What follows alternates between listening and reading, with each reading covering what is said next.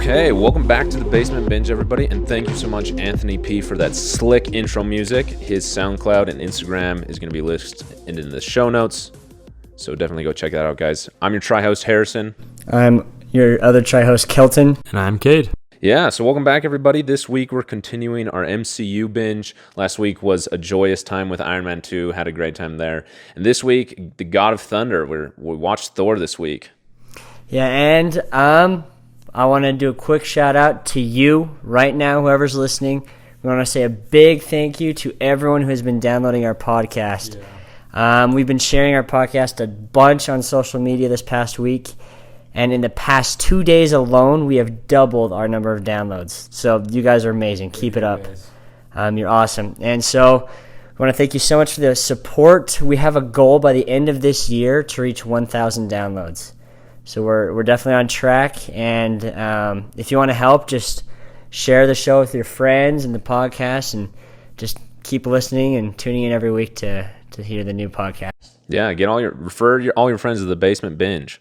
Especially if they like Marvel movies. Yeah, Marvel movies are great. Yeah. And again, guys, thanks for listening. If you do want to get an inside scoop on upcoming shows and what's up next when the episodes will come along, follow us on Twitter at Binge Basement and Instagram, The Basement Binge, and also like us on Facebook. Of course, all of that will be showed in the show notes, so look out for that too as well. Yeah, so let's jump into this movie Thor here. So just a quick rundown, because we've got so many new listeners. How we review our movies is we start off with what we've called our 2 cents, where each one of us gets 2 minutes of uninterrupted time to just kind of give our knee-jerk reaction or thoughts we had while watching a movie, without any rebuttals from any of the other hosts here. And we follow that up with something we've called Pick Your Poison, where we decide if we would never watch this movie again, rent it from time to time, or buy it. And then something specific we're doing for the MCU is, in addition to Pick Our Poison, is reviewing our ranking. One of our previous episodes you should go listen to if you haven't. We ranked all 23 movies before watching them again, and we're going to do it at the end. But so after each movie, we kind of review where we put this movie on our list and if we think we'll change it all. And we follow that up with something we've called binge points, which are like Easter eggs or fun details that we noticed, things that make it binge-worthy or things that you notice by binging it. It's just a lot of fun. And we'll discuss our favorite and least favorite scenes, and of course finish up with Fall In, where we'll discuss themes and messages of this movie that have impacted us or that we just noticed this time. So let's immediately get started with our 2 cents here. So Kade, go ahead and get my timer started. I've got a lot of things prepared. Ready for you. Okay, fire it off.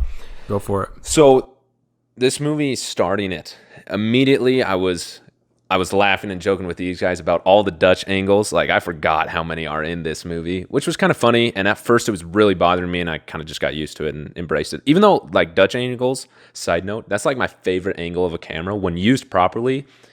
Man. So for those who don't know it, what is it? A Dutch angle is when the camera is tilted on the horizontal plane. So it's kind of sideways. If you watch Thor, you'll see it immediately, especially in the opening scene. Everything's on an angle. But anyway, besides that, I was watching this movie and I just so badly wanted the synthesized space opera world of Thor Ragnarok. And I was missing out. I was like, where is it? And I kind of had to take myself out of that and remember that this movie was kind of pitched and made as kind of a Shakespearean piece. That Thor, I'm not a huge reader of the Thor comics, but in the comics he's kind of an interesting character, and I think it really would be a hard character to adapt into the seriousness of the MCU. I think it was a really good introduction for Thor and the mystic magical world of Asgard and how distant it is, and great introduction for Loki. But just kind of as a Shakespearean piece, it was amazing, with a distant world and the all-powerful father and a son who just can't understand anything and is arrogant and prideful and has to learn his father's lesson the hard way, to a brother who's jealous and has a lot of truth, and there's true brotherly love, but the arrogance and jealousy causes all sorts of trickery and loyalty to royals that makes things complicated. It was just honestly a really good Shakespearean piece, and the true love that you felt between the brothers, also the complexity. It was just a lot of fun. The music was great. I really felt for Loki this time. It had a good message that impacted me. Odin is a boss. Heimdall's a boss. I wish we got to see more of them in the other movies.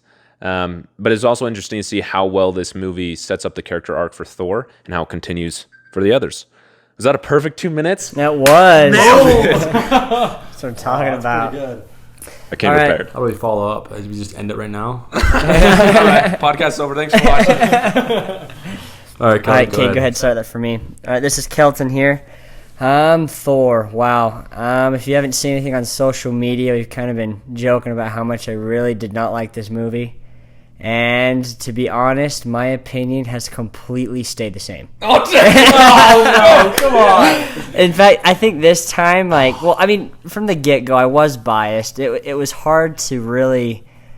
For those, I watched this a couple weeks ago, months ago. I can't remember, and I was falling asleep during the whole time, and When? just the whole movie. It just felt like not a lot was happening. The plot seemed slow. It seemed shallow. I don't know. But this time, I really I remember making a comment during the movie. I was like, man, I'm just irritated. I'm just annoyed right now. I'm not falling asleep, but I'm just what the heck is going on? But I think I really, after that, about 20 minutes in, I had to remind myself, okay, step back. You can't be annoyed at this movie, you know? But and I enjoyed certain parts. There were certain scenes I didn't really remember, probably because I was sleeping. But overall, this movie, first reactions right now thinking about it, the soundtrack was not as good as I remembered it to be. And I would say most of it was pretty good, but the opening scene, I was very disappointed in the soundtrack. Because it was the same song for the entire setup. I'm not going to go on my 2 cents on hating this whole movie, but I don't know, it might sound like it. But, it did introduce Thor, and it introduced a great character arc. But the action, I was disappointed in the action. The fighting just seemed kind of cheesy, they were laughing the whole time. In the Loki-Thor fight scene at the end, Loki's just laughing. It just kind of took away from the seriousness of what's going on. Because I'm sure if I'm hating my brother and I start trying to kill him, I'm not going to laugh. Just saying. I don't know. That was a weird 2 cents, but. I got to say before Kade starts his 2 cents, when you were saying my opinion of it, and you looked at me and smiled, and I was like, yes, we got him. He likes this movie. And your face immediately changed. You're like, stay the same. Such a build-up and got a letdown. you. Yeah, okay. Anyway, sorry. Go ahead, Kade. Okay, here's my two minutes. How could you, Kelton? Gosh, okay. I will say this, that I haven't seen this movie in a very long time, and watching this movie, it sent me straight back to my childhood. Thor is my favorite character of all time, because he's like this gentleman who just I'm a freaking boss, but I'm gonna tell you how to do this properly, every time Kelton was talking about how much he's hated this movie, I just get I squirm in my seat. Because, this movie, I think its soundtrack is one of the best soundtracks of the whole entire MCU. I think Thor and the whole action and, with him and Loki is, yes, it seems kind of, cheesy, but it's brothers fighting each other. So it's more of, they're kind of pulling their punches, and that they're more it's just kind of this brotherly fight. And so I totally related to it. And as well as, just Thor in general. I remember before any of these movies really came out with Marvel, I always loved Thor, the idea of that. And so when they made the Thor movie, I was so hyped for it. I was so excited. And everything about this movie, I love it so much. And so I feel so bad of putting Thor as ranked 20 out of all-time MCU movies. This is going to change. I'll tell you this right now.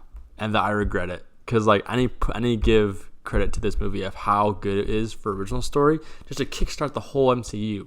You know, there's Iron Man and then there's Thor, and that this is one of the bigger characters of the whole MCU. So this kills me that you hate this movie so much, because I was watching this and I'm like, this is so great. And I'm seeing Kelton just when is this over? So I do want to point out just real quick that the whole story around Asgard, knowing what it's going to happen in later in the MCU, I appreciate this so much more now. I can go into more of this. I'm excited for what's coming next. All right, so now we're going to transition into our poison, and also / reviewing our rankings. So in Pick Our Poison, like Harrison said earlier, we have 3 different rankings, and we kind of go into detail about each one a little bit, but they are never watch again, or rent the movie to watch a couple times later down the road, or buy this movie so we could watch it like nonstop all the time. And then our rankings, a couple podcasts ago, we rated all 23 MCU movies, and individually and also like as a group to see what the rankings were. But I'm going to start us off. So, pick my poison. I'm really, honestly, seriously thinking about it. I will not watch this movie again under my own decision, if that makes any sense. Okay. If I'm invited to watch this again in like a MCU marathon, I'm game. I mean, it's MCU, but under my own like leisure time, I'm not gonna sit down and say, "Oh, I want to watch Thor again," because I love it. But so yeah, that's my pick, my poison. I don't mean to come across as like super harsh, but I think that's just, I don't know. When it came out, I loved this movie, but after watching everything else and just kind of seeing how I think Marvel learned how to make a really good movie, a superhero movie with action and comedy and like surprise and everything, I just felt like Thor was just kind of like a building block, like just learning how to do it. Okay. But my rankings, I had Thor at the last 23, and I'm open to moving it. I can't make any decisions now. We gotta finish all the movies, but as I'm pretty confident it'll stay in the 20 to 23 range. But yeah, I'm sticking to my guns. Dang it. Okay, well, my pick, my poison. I want to buy it. I regret that I haven't bought it yet, because it's just everything about this movie was a huge, like, I'll put it this way: Thor was my role model as a kid, and so I have like this bond I have with this movie, and how like I looked up to him, and so I want to buy this movie. Hopefully, my wife will let me buy it, but I want to get it, so I'll fight for it. My rankings of this movie, it's at 20, and I feel I'm embarrassed to say that, because I haven't seen the movie, but 2, I forgot how good it was for me, and so I'm gonna move this up. I won't disclose it completely until once we completely go through all those rankings, but it's gonna move up, and as much as it's gonna kill Kelton, it's gonna move up quite a ways. Wow. So my pick, my poison, Harrison here. I've already bought the movie because it's the MCU. So that kind of goes with it. But I say I would rent this movie. I think this is actually the first rent movie I would pick. Like, I'm not in love with this movie, but I enjoy it. Like, if it wasn't the MCU and I was like, oh, I might be in a mood every once in a while to watch Thor and be like, oh yeah, let's, pay $3 on Amazon and watch it or whatever, or Vudu. And then my ranking here, I put it at 20, same as Kade. And I know already that it is probably going to go down. And not because I dislike this movie. I actually really, really, really like this movie. But like I said, there was so much more that I was wanting, because naturally my mind compares it to the future MCU movies. Like, I kept trying to tell my brain to stop doing that and just appreciate it for how it stands. But knowing that in order to rank this movie, it's going up against all of those other movies, I know that even though I like it, it's just naturally going to fall lower to the list. And the reason I know it's going lower is because Guardians of the Galaxy is below it on my list, just because I haven't seen it yet. So I defaulted Guardians of the Galaxy at the bottom. And based off what everyone said, I know I'm going to love it. So I know that Thor's already going lower because Guardians of the Galaxy is going up. But it's not because I dislike this movie. It's just because I know that I'm going to like other movies more than that, and I'm going to have a hard time raising it. But I did like this movie. So maybe I don't know. It's complicated. But I'd rent it. I'd rent it. Now we're going to move into our binge points. There's references throughout the movie that maybe hints toward Thor's story or toward the whole MCU in general, or just pretty much some fun points that they just want to throw in there for fun. One thing I want to start off, I'll go with, if you notice the symbol on Thor's hammer, I don't know, there's probably a word for that symbol. It looks like the Triforce. It looks like that. like some Viking version of the Triforce. Middle-aged Triforce. The Triforce. Sorry. So it's so that specific symbol. I noticed that they always put it. It's not just on the hammer itself, is that it's shown throughout the decoration in Asgard, in the armor, in the weaponry. If you look through it, if you purposely look for that symbol itself, you can notice that quite a lot. I also noticed that this movie was the first movie where they started to connect things. Is that Iron Man? It was kind of like this lone movie to try to get everybody on the bandwagon and stuff. But the Thor movie is like it's the second character of the MCU that they're starting to build up, and so there's a bunch of references toward Iron Man. There's a reference toward Bruce Banner, where it talked about how like there was a gamma scientist, whatever. They got all of his tech stolen or taken away from him. He was never heard from him again. That was another reference. Another reference was, what was it? I can't remember right now. But it's just the point is what I'm trying to get across is that this is the movie. They begin to connect it all together. All these small connections, all these hints that this is a bigger world. Is that Earth is where it's at right now, and that there is another world that's Asgard, and there's so much more to this. So it just opens the floodgates. I think this is kind of like the gateway movie of the MCU. Like Iron Man hooks you, and now Thor is just trying to connect everything. Yeah, I didn't think about that. Harrison, I noticed you were looking up what the symbol means on Thor's hammer. Were you able to like find the meaning? I saw the name of it. It was like the Triketa or something like that. I didn't see like a distinct meaning. I saw that it like means a lot of different things to a lot of different cultures, so I think it'd be hard to pick one. Okay. So yeah, just wondering. Yeah. But one thing I really would consider a binge point is I think the MCU created a character for Mjolnir.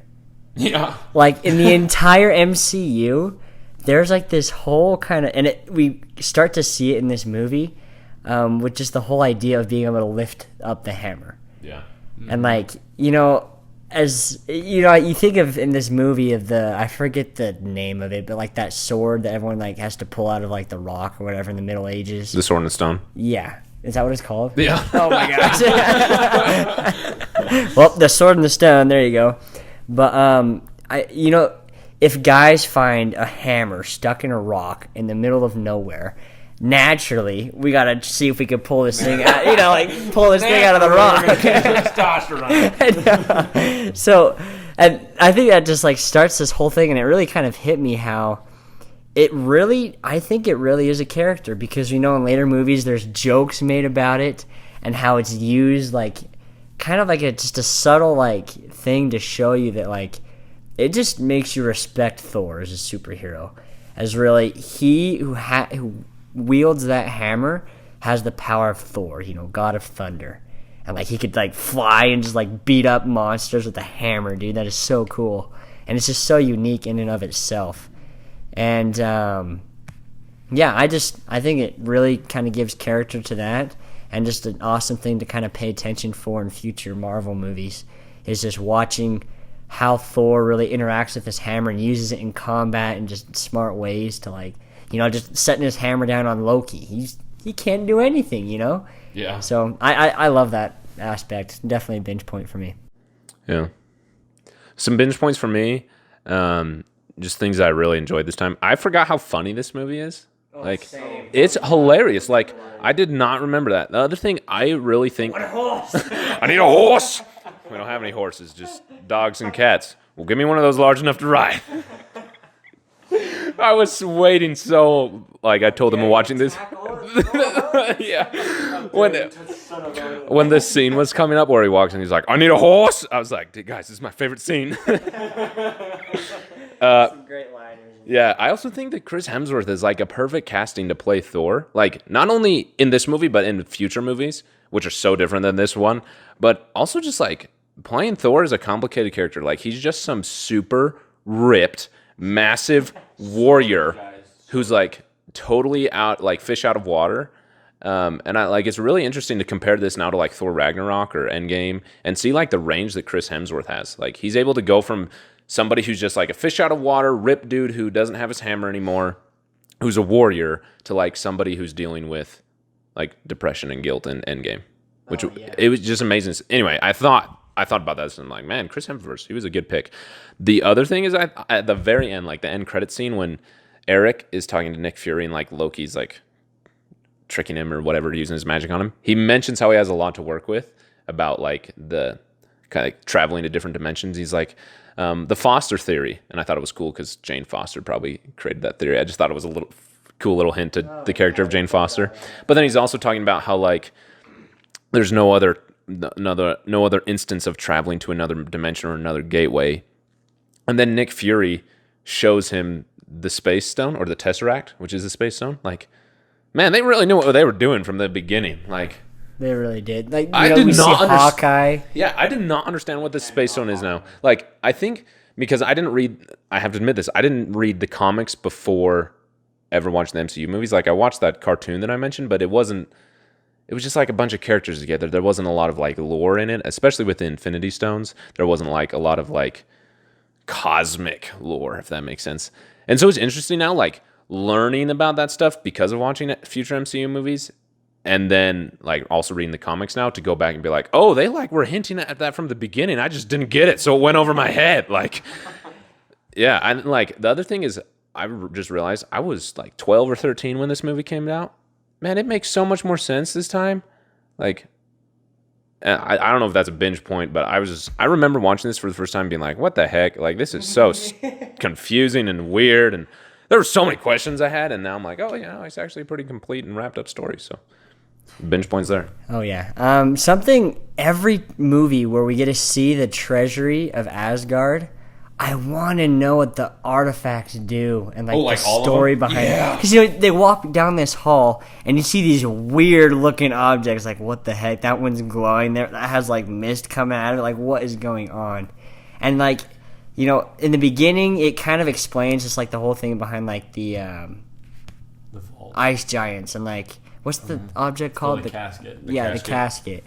And so I actually love that part. Just history, dude, explaining the movie just kind of just creates just a bigger picture. And so I'm dying to really just learn what those other artifacts do, and I'm sure I could find stuff in like comics and whatever, but I'm just hoping one day we just get to learn. Yeah, it's like this is this and it does that. I'm sure you can probably dive into the comics and they'll have some references and stuff into that, because I mean that's what their storyline and their materials from. But like I was trying to think about those stuff in the vault, the stuff's in the vault. Like I was trying to look for the eternal flame that was mentioned with the Ragnarok, or like the fake gauntlet. Oh yeah. Yeah, what hell is like fake? Those didn't show that, and so that could have thrown off like the whole story per se, or just like what's further down the road. But like I thought about those too. It's like I have no idea what those are, and now I really want to know. I'm sure there's a YouTube video out there about them. Yeah, probably. Or a comic book. Another binge point I had. I don't know if this is a binge point, but we'll call it binge point. Binge points are whatever we want them to be. And I forgot what I was gonna say. Oh yeah. I think this movie did like a really good job, like Kade said, of kind of expanding the MCU from Earth and like introducing kind of like the 9 realms without it being like super spacey, if that makes sense. Yeah. Like, because I felt like the Guardians of the Galaxy, from what I've been told, and just like knowing what it introduced later, it like brought a lot of like the expansion of space and other people into the MCU. It opened up the MCU. To like rather than just Earth, the reaches of the galaxy. But I feel like this movie was the first step in that in a very small way. Like, I don't know, it's just amazing to see like how well they had like, for Avengers, we want to have Loki bring down this army from this portal in the sky. So we got to introduce space. I don't know. So before I forget, sorry to like kind of change the subject here, but so there's that sleep that Odin enters in. It's called the Odin sleep. I don't know how many other people know what that is, but I'm left in the dark here. Do you guys know what that is? That was one of the things that I don't know. that I didn't know about before, and I don't know that much about. So like I said, I haven't read Thor comics that much. But what from I gathered this time, because I've always been confused about that. Like, why the heck does he just pass out and go to sleep? And they talk about it like it's an event that like everyone expects to happen. I think that it's like because Odin. I know that in the comics at least, and I could be wrong, but my understanding of it is that Odin's like ultimately powerful, like god level powerful. I mean, because he is. Yeah. He's a god. He's Odin, but so and like to gain his power, he needs. I think they call it like the Odin Force or something like that in the comics. I got an explanation. So the Odin sleep is a state of deep sleep where Odin recharges the Odin Force, a magical force that gives Odin his power and is left as vulnerable during the process. Oh, okay. So while Odin was in Odin's sleep, Asgard is left vulnerable to attacks for hostile races such as the Frost Giants or the Dark Elves. And that makes sense that like the events that had been happening from like the what are they called? Ice giants? Yeah. Frost giants. From the Frost giants coming into Asgard and then Thor going to war and then getting banished and then Loki and all the drama that's happening, it would make sense. And also his wife mentioned that he'd been putting it off for a while. So there was that. But then I also think that like all the events that are happening would cause him to be like, oh, I'm so weak. I'm going to take a nap. Exactly. So I kind of put... All right, good to know. Yeah, I definitely kind of... Because I didn't know what the heck that was, but I noticed this time around, like, they were talking about it. I was like, oh, it's not, he just didn't, like, drop into a coma or just, like, take a nap or anything. It's, like, a legit thing. And it had, like, it makes a lot more sense now, learning what that is, explaining, like, why he was just sleeping and he chose to wake up at the perfect time or whatever. But, yeah, that makes a lot more sense now, So, should we move into dislikes, least favorite scenes? Okay, I will go first. I did not like the opening scene. I just cut that out of the movie. Like, holy smokes, I did not enjoy that. Like, what was the opening scene again? It's before it even goes to Asgard. No, like the history kind of start. Wait a minute, I don't remember exactly. It was the scene where Jane Foster, Eric Silver, and Darcy are driving around, and there's like a million Dutch angles, and the storm's happening, and it's like super chaotic. And then they run into Thor, and then it transitions to Asgard. And then after it tells the story of how Thor ended up there, it transitions back to that. It's like, why didn't you just like start with them in Asgard and then show? I don't know. But the whole scene of like it was just annoying to watch. Like it was chaotic and there was a million Dutch angles and it was like, I don't know what's going on. And then they ran over Thor. The Dutch angles, I will admit, when you pointed them out, I was like, wow, I have a headache now. Yeah, I just did not like anything about that opening scene. I don't want to try and make a movie introducing Thor. I don't want to try and start a movie off to introduce this guy, but I just did not like it. I will say this about that scene is that when I first watched that as a kid, it was captivating. This like magical storm that came down, and that's Thor. You know that's Thor, so like it kind of catches you and then jumps into the Asgard. Yeah. So that's what. And the feeble attempt to explain that. Man, there are too many. I could seriously make my own podcast episode. Okay, you of get dislikes. 2 dislikes. All right, max. Here we go. Wait, freak, 2 dislikes. Okay, 3. Because there's 3 of us. You get 3. We do things in 3s. Okay, here we go. I'd say 1 would be the dialogue. It was way too... It was so Shakespearean. Yeah. That was another thing I was going to say in my 2 minutes. It was like so... like I think about like... Sorry to interrupt you, but like so much like Hamlet or something. Like the way they talk and the conversations they have... which I think was really intentional. So in the like knowing what was intended, I appreciated it, but not knowing, I was just like, this is stupid. Like, yeah, well, part of it is they drift away from that in later Marvel movies. Yeah, I think Thor's not like talking thee, thine, I shall. I think they just realized it was too much, and it was just like too much a fish out of the water, and they're like, moving on. Yeah, and so not only that, but like it just felt the dialogue felt like obvious and just cheesy. Like, I felt like the actors did a great job with what they were given. Oh, well said. Like, Loki, when he finds out he's like a frost giant, I love that scene. Oh! You reminded me of something. Sorry. But, like, the part where he, like, kind of lets go of the spear at the end to, like, fall into the void or whatever in space, created by the Bifrost. Like, that whole thing where he's holding onto the spear and his dad is like, no, Loki, like... What Loki was telling us, like, I did it for you. Oh, it was just like, what? This is so just like, what? It just feels so weird and just like, out of context, and like I really don't think Loki would really say that, and if he was in that situation, it just felt really strained and like, oh, but he has to say this at this moment, and then he's gonna let go of the spear and drift into space. It was just like, what? So I just noticed like throughout the movie there were some great parts though. With the whole like Shakespearean thing, they did make it super funny when Thor first goes to Earth. That was good. But it just like throughout the rest, just the dialogue just felt like I knew it was coming. It's exactly what you would expect out of a superhero movie.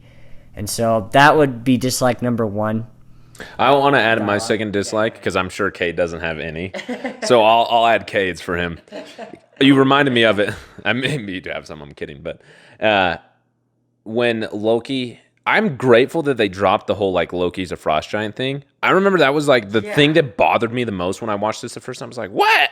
That was so left field. Like, but I this time I did notice like that would really be emotionally confusing and hard to be like, what?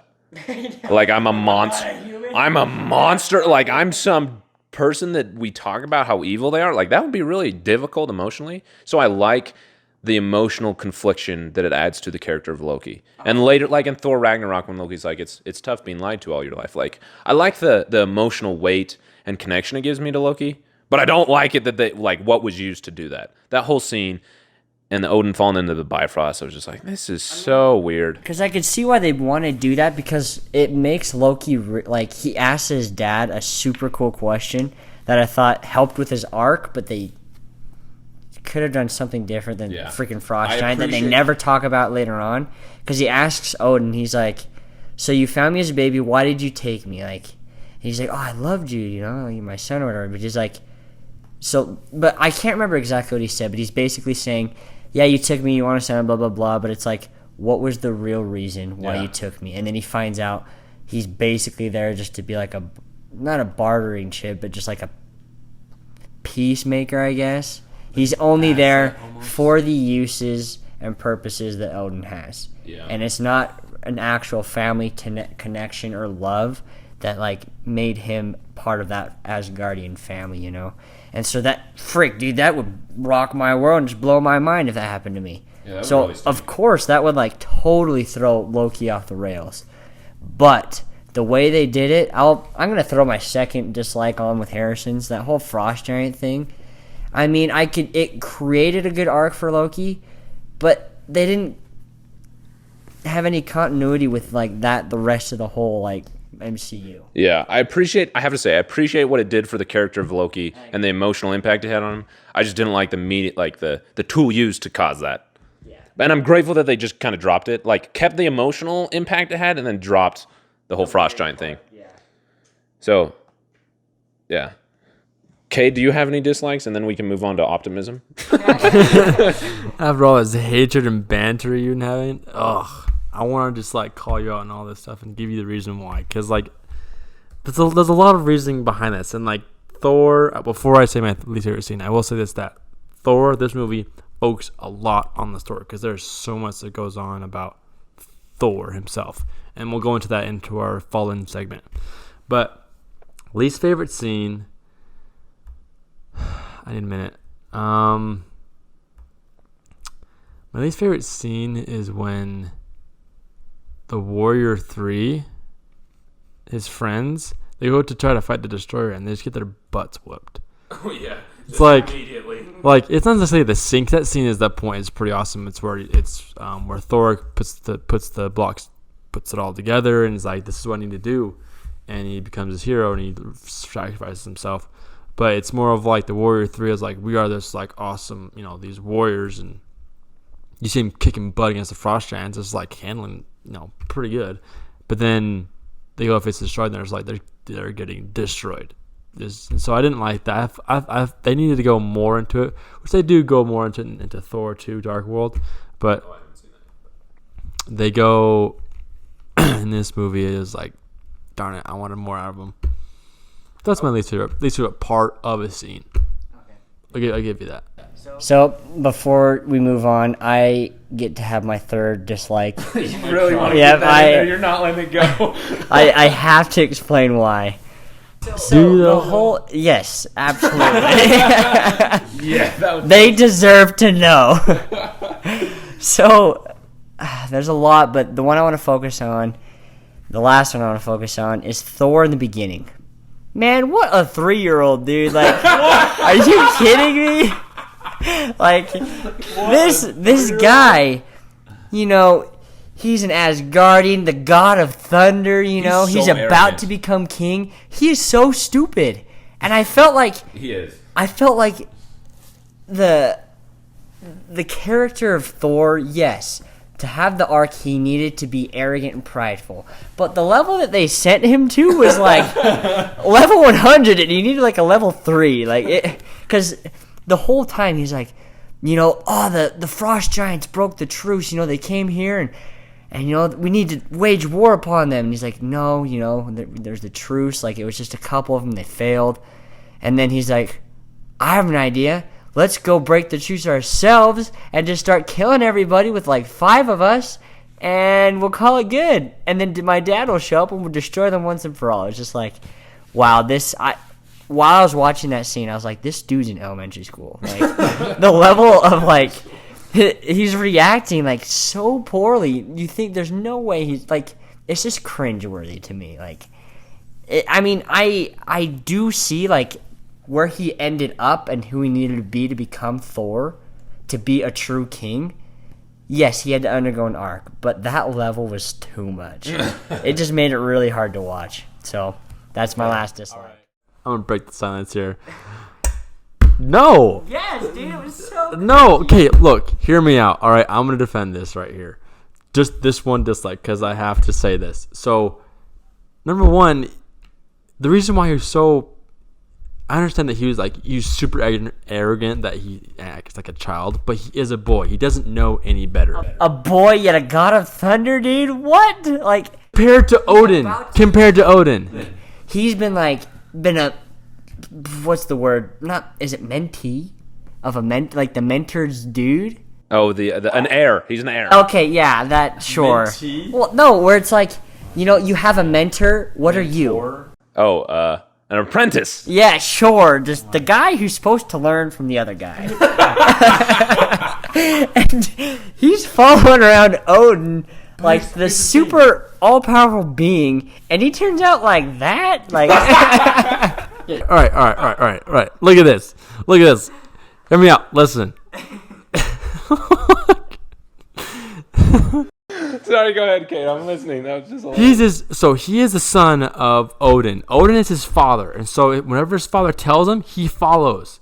And yes, he has arrogance, but he's following him, and he doesn't know anybody because he's been following his father. And so his father told him and taught him. They made a truce with the frost giants, and now that the frost giants, these big old blue guys, have broken and tried to steal back the casket, that's breaking the truce. Therefore, they can attack back and show that they should know their place.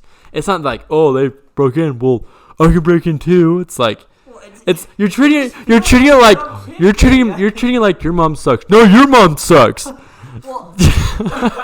what you're treating it like, and I disagree with that. you look at just how Odin reacts. He's like, we killed the people who did it. and obviously, The seriousness you delivered that line. I was looking into your eyes. Okay, do you know the scene in Finding Nemo where Bruce the shark like smells the blood and his eyes like go over completely black? That's what your eyes looked like. And you were like, we killed the people who did. Because Odin is like, he's just so like wise in this moment. He's like, look, yeah, it's a perfectly like good reason to go to war, but he like saw past and he's like, look, it's just these dudes trying to get revenge for like their race or whatever. And it's like, it was obviously not like a thing sent from the king, you know, because if the king of these dudes really wanted to get that thing, I'm sure he'd send more than 2 guys. So I just forgot what I was trying to say. But long story short, It's wrong. I mean, I want Thor, yes, he needed to be arrogant. My dislike is just how much they made him. because it was just I'm like, gonna have to disagree to disagree on that, because I think that was perfect amount of being arrogant. It just showed like he had so much to go for. Like he had such a ways to go. He had so much to work on. It's like he thought he was going to be king, and that he needed to be confident. He needed to be sure of his goal and what his father taught him, that he needed to protect Asgard. He wanted peace, and so he thought that since this worked, this guys broke in, it was okay. I know this is like super feeble. This is going on deaf ears right now, but like I'm just saying this for the sake of just my sanity, that he thought that he was prepared for war and that someone crossed the line. Therefore, he treated that as war. And he decided, okay, now I need to step up and do my job.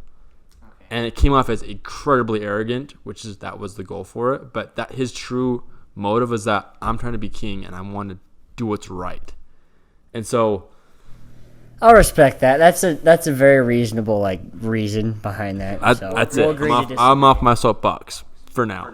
Hey, well, there could be listeners who agree with you, so good for getting out your soapbox. Perfect. All right. So, it is such an honor now for me to transition to our favorite scene. I'm so grateful you have to go first. What a way this worked out. This is awesome. All right. So, favorite scene. You only get 3. Wow, that's gonna be so hard. Okay. I'm honorable mention here goes to the comedy. We already kind of talked about it, but just the unexpectedness of just seeing how someone from a whole nother realm would really act, coming to, they don't know our customs and whatever. Just the idea of oh, there's a store that has animals. I need a horse, and it's just what? I need a horse. And so, yeah, that definitely is an honorable mention. But I think my favorite scene,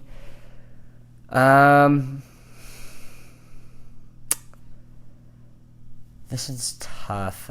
There were a lot of scenes I did enjoy, but I'd have to say favorite wise would probably be just the fight scene of how Thor starts beating up the frost giants in the beginning. He just wrecks everybody's day. He's fighting with himself. He realizes that they show up. He realizes they're outnumbered, and that he kind of begins to realize the consequences of what his actions might make happen.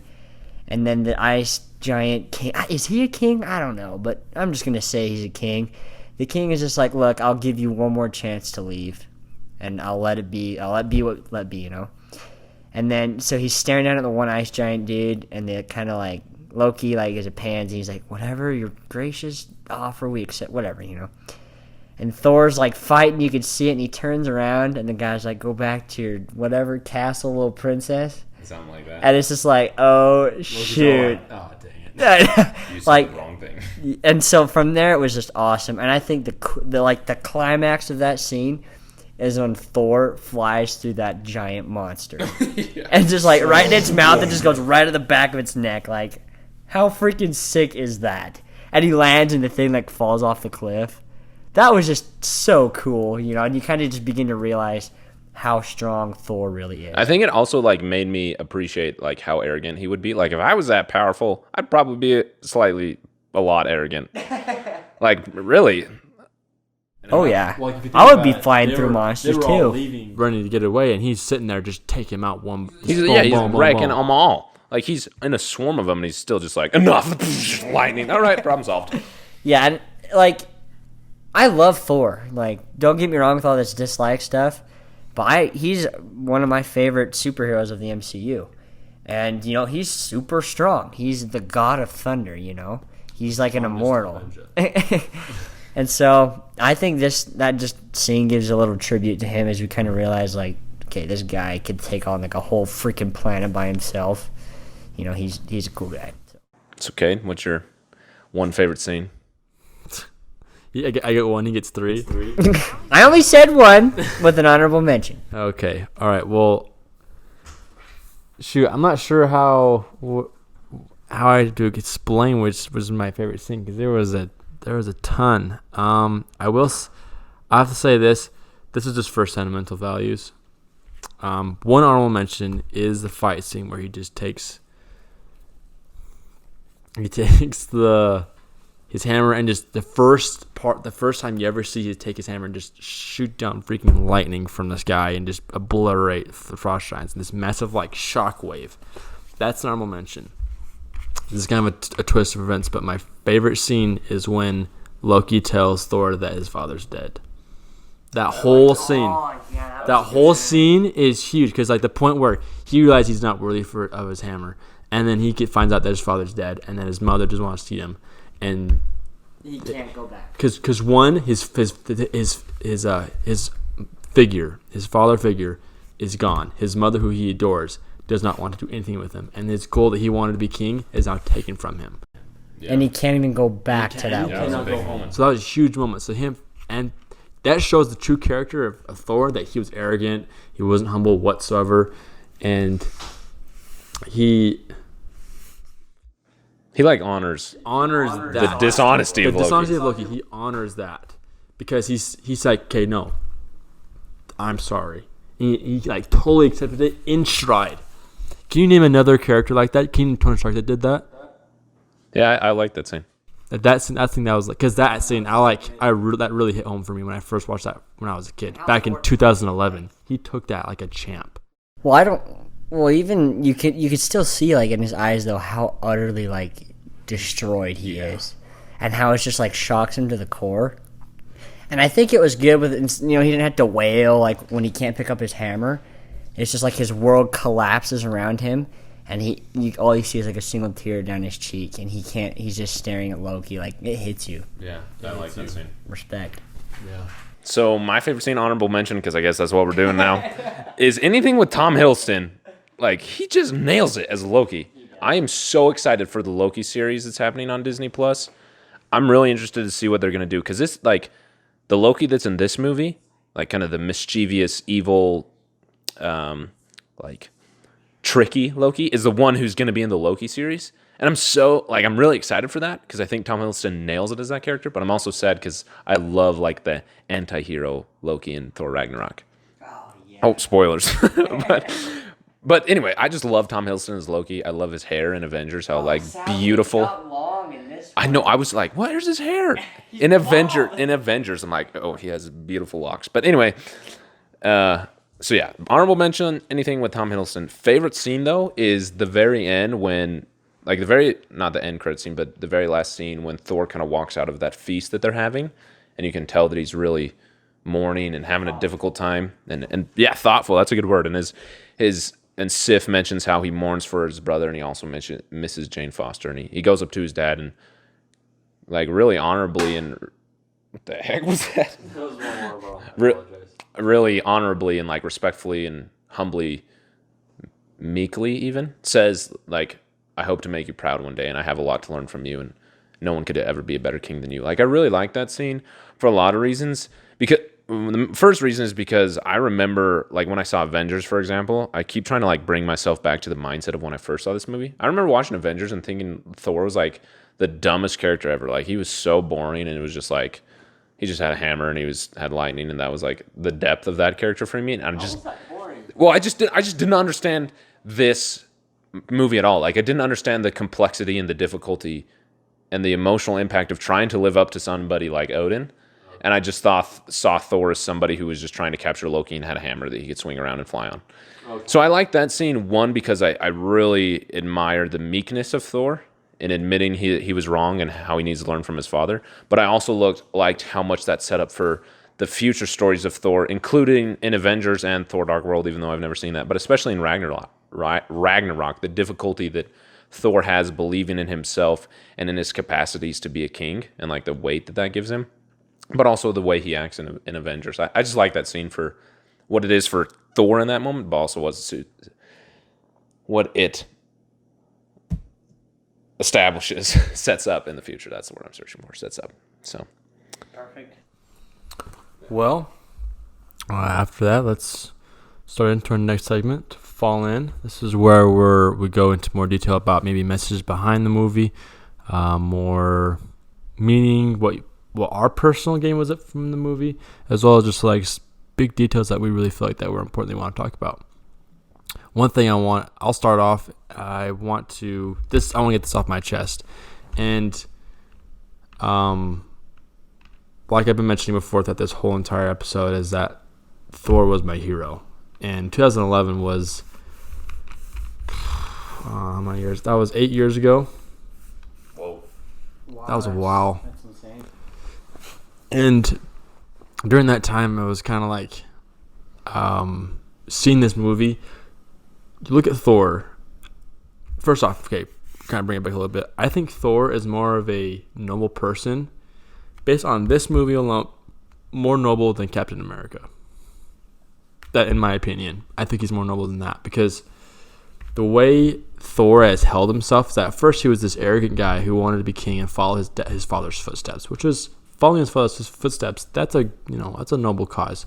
And then come to the point where he steps out of line, his dad casts him out. Yeah, how crappy is that? That'd be so hard. And to want to come back and gain what his life was, realize that is now gone, and now within pretty much almost that same stride, find out that your father's dead, your mom hates you, you lost your goal, your dream goal, and now you can't go home.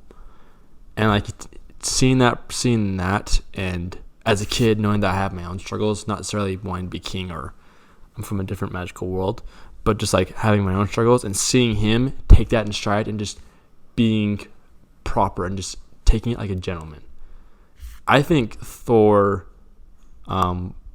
watching and knowing who he was throughout all the other MCU movies, I saw him as a gentleman and understanding that there's a time to fight, there's a time for humor, but there's a time to step up and be a man. And that's what I gained from that movie, because I was a kid. I was 8 years ago. I was something like, I was like 13, so you were like, I was 14. okay. You old fart. Dude, I'm like 2 years older than you. Gosh. Only 2 years is what makes you an old man. But I saw him as my idol, as that this is a person that he can take. I saw Thor as a real superhero. Is that Iron Man is Tony Stark, this fun little hilarious guy, where he kind of just like got away with whatever he want, That's true. got whatever girl he wanted and did whatever he wanted, but he still saved the world. He's like still arrogant. He's still arrogant throughout the movie, right? And he's only he becomes it's when he loses is when Tony Stark becomes a true superhero, and then you lose him. But then in the Thor is that you see him grow so fast with this whole movie because there's so much story in it, and then you see him become this fantastic superhero to where he knows that I'm a king, I need to fulfill that role. And that's why, it comes off as this Shakespearean thing. I didn't get that vibe whatsoever. I saw this superhero who was noble, who was a good person through and through, and he wanted to do the right thing, and that he always had the good intention, even though he was ready for war. And that was a huge role model for me as a kid when I was 14 years old. And so throughout the whole movies, I couldn't wait for what Thor was gonna say, or something that was funny and something that was just wise, and this is my last bit, but the point where it transitions in Thor Ragnarok that he was this hilarious guy, I actually had a really hard time transitioning to that, because I loved how Thor was such a noble person, how he's such a good person, and then he changed to this hilarious guy who was this awesome warrior, and he changed that change of humor. I kind of had a hard time because I saw him as this the greatest superhero of all time in my childhood eyes. But overall, that's why I love Thor so much. That you break down this movie, you can say it's crappy, but I don't care. I saw this as a childhood, model, as it's someone that I looked up to. Freak, you're gonna make me feel bad now. That's why I'm so passionate about it. That's great. I think it's great. So my like theme or message I picked up on this time, and honestly thinking about this movie before watching it, I was like, oh man, like what am I going to talk about in the fall in? Like I've been thinking that all day, like trying to kind of go through my memories of this movie and think about it. And this time I really picked up on it, and I think really this is something that we all relate to. Is being, I want to find the right words to describe this in the right way. I think each one of us, let me start with this, each one of us, whether it's because of our religious beliefs, family relationships, personal desires and expectations, whatever you want to call it, I think each one of us is trying to live up to something. Live up to the expectations of a God, an all-father, if you want to call him that, or our personal fathers or mothers or siblings or whoever it is. There's somebody in each one of our lives that we try to live up to, even if that's just ourselves.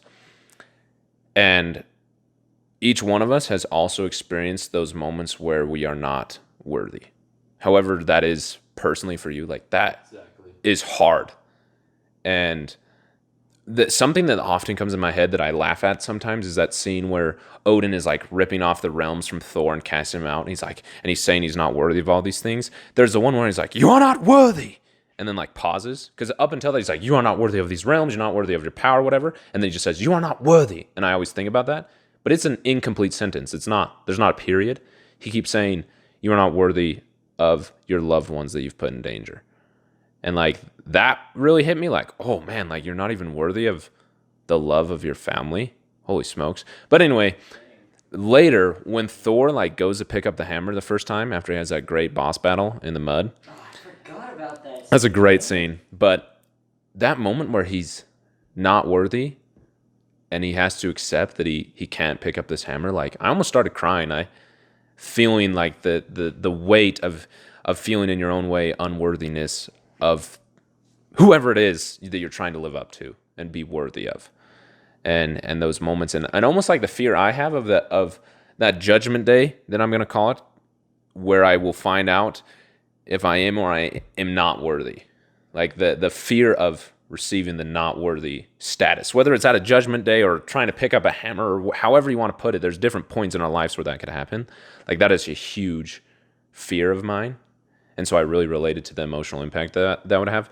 But wrapping this up into a positive thing, this movie helped me understand the power and the importance of selflessness and service towards others as something that makes you worthy. And to just continue to use the words of the movie.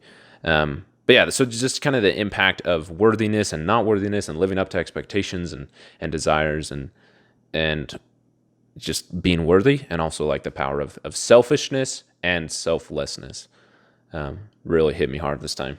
Especially that scene where he like just kind of yells out because he can't pick up his hammer. Like that feeling, worst feeling in the world.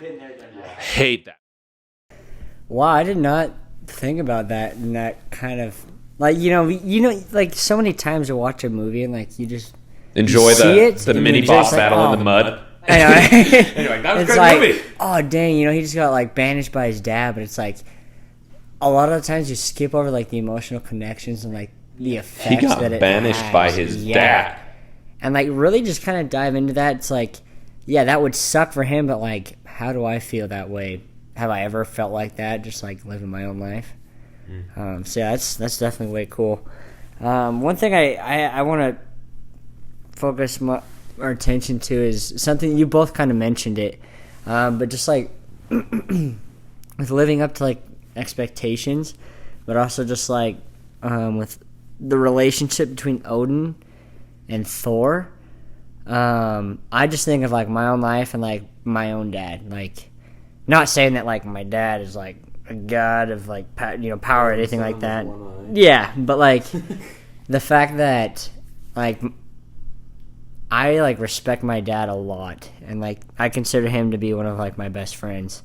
And like I really love how this whole dynamic between Thor and Odin is huge in every single Thor movie that we've seen. Yeah. Where Thor has some kind of crisis that he goes through, and to a point where he doesn't know what to do, and who does he turn to? His dad. I love that. And even in Thor 3, he has a great arc in every single movie. I'm so excited for that moment. I have so many things to say about that moment. But he still has to like learn, go to his mentor, go to his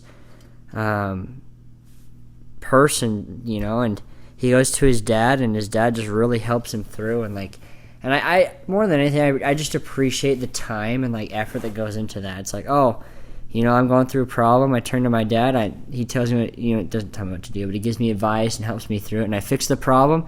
And cool, end of story. But it's Thor, even in the next couple movies, still has to learn how to not have a relationship with his father, but live up to his expectations, but also live his own life separate from his father's and be his own person. And I think Thor 3 Ragnarok really capitalizes on that point. But I just really just love how Thor has to learn to just respect his dad and learn from him.